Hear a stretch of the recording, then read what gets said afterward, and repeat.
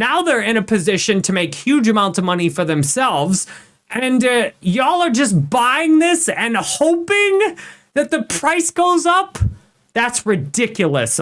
What's up, Crypto Crew, and welcome back. Or if this is your first time, I'm Captain Crypto Might, actively escaping the matrix, scoping out the crypto ocean. So if you like your odds, get on the boat, stay up to date, thumbs up, and join the hunt. Into the boat! Crypto Crew, today we will listen again at our friend Jerry Banfield's sentiments on why he believes Kaspa will go to zero. Just remember, this vid is for educational purposes and a bit of entertainment, mainly because these are sentiments people who do not invest in Kaspa or oppose Kaspa have. Are their claims based on fact, and do they even understand the project? Look at what a ghost chain this is. Most of the blocks, the one transaction is the miner getting it. Most of the mining transactions look at the same wallets over and over and over. Get the blocks. This is not decentralized at all. And please do show some grace in the comment section. Just because someone opposes your ideas or opinions doesn't mean you should retaliate. Love your neighbor like you love yourself, and we love him because he first loved us. By going through some of these claims, we can uncover more on Kaspa, understanding what Caspians like myself are actually holding. And since I'm far from an expert, we will also listen to the actual experts as well. So hopefully this vid will be insightful for you.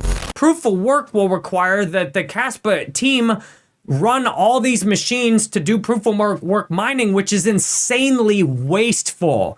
The conventional wisdom says that proof of work is very energy wasteful, and I say the conventional wisdom is wrong because of the ASIC-friendly algos that lead to CapEx-heavy mining. It means that most of the expenditure of a miner would go for the hardware itself and not the energy. So if we look at $100 million worth of Kaspa hardware compared to other proof of works, we see that it requires much less wattage. So to secure the same amount of CapEx, you need to spend a lot of less energy. And this also has the decentralizing effect that people with access to cheaper energy get much less of an advantage. If you have access to cheaper energy, it doesn't mean that you drive other techs non-competitive. And the Kaspa block times are not impressive enough to compete with something like Internet Computer. The Kaspa blockchain can't even do smart contracts. Smart contracts are coming to Kaspa within 8 months if all goes well. Aspect and some other devs have been initially funded by KSPR bot to begin work, which will bring smart contracts in the form of a layer 1.5. This is how Kaspa was made. 2 guys, and it doesn't even have smart contracts. This is an absolute trash chain. There is so much to say about smart contracts and how cool they're going to be on Kaspa, and how they're going to give you the best of both worlds, and how, because Kaspa is so fast, you can do the entire validation on-chain with this unique MEV resistance and still get responsiveness as though you are doing the sync off-chain. Kaspa cannot even do smart contract transactions on chain. Then we have multiple smart contract platforms coming out. So we got the ones Igra Labs, yeah. Those guys. Then we have the Sparkle, the potential of the Sparkle one. So that's 2 different ones that if they're both active, they're both going to be generating revenue. The Kaspa chain is a ghost chain. Look at, there's almost nothing happening from block to block. There's almost nothing happening.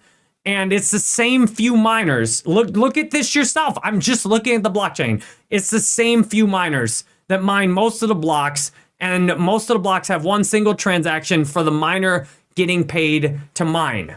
This is absolutely a project with no substance, ghost chain, zombie chain, and there's no reason to hold this.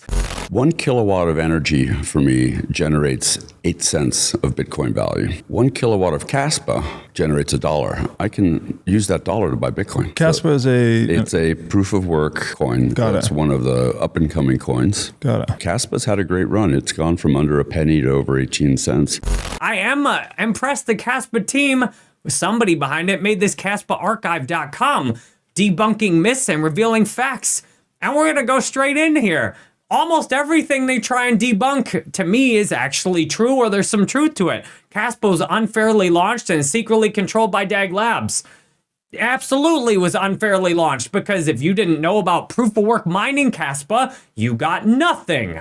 And therefore, all the insiders were doing all the proof of work mining, got all the early tokens, super easy with no competition. All the fair launch narratives are absolutely garbage. Look at the same wallets over and over and over.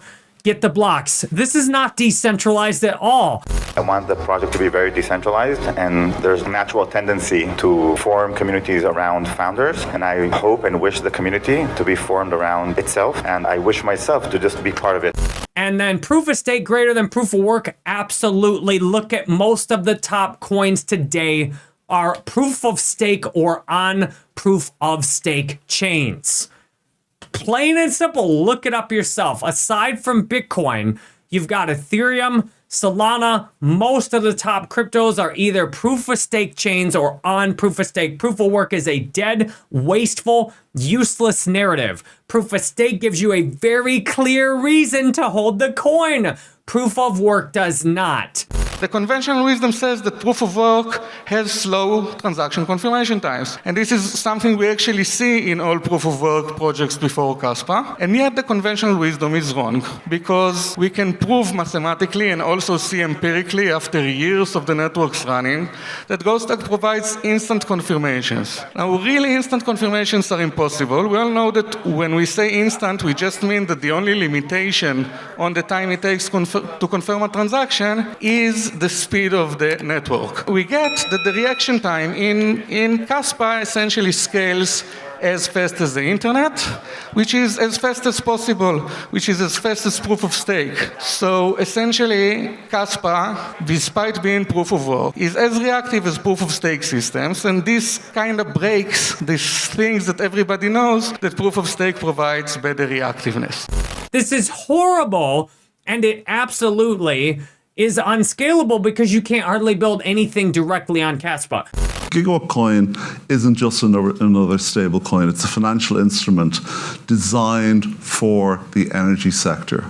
Built on Kaspa's ultra-scalable proof-of-work tech, it's backed by real-world assets like renewable energy credits, carbon offsets, green bonds, physical energy infrastructure, as well as a basket of select fiat assets. It's fractionizable down to the kilowatt hour. Every fraction represents a real unit of energy. And it means that energy can become a globally tradable financial asset. Borders become irrelevant.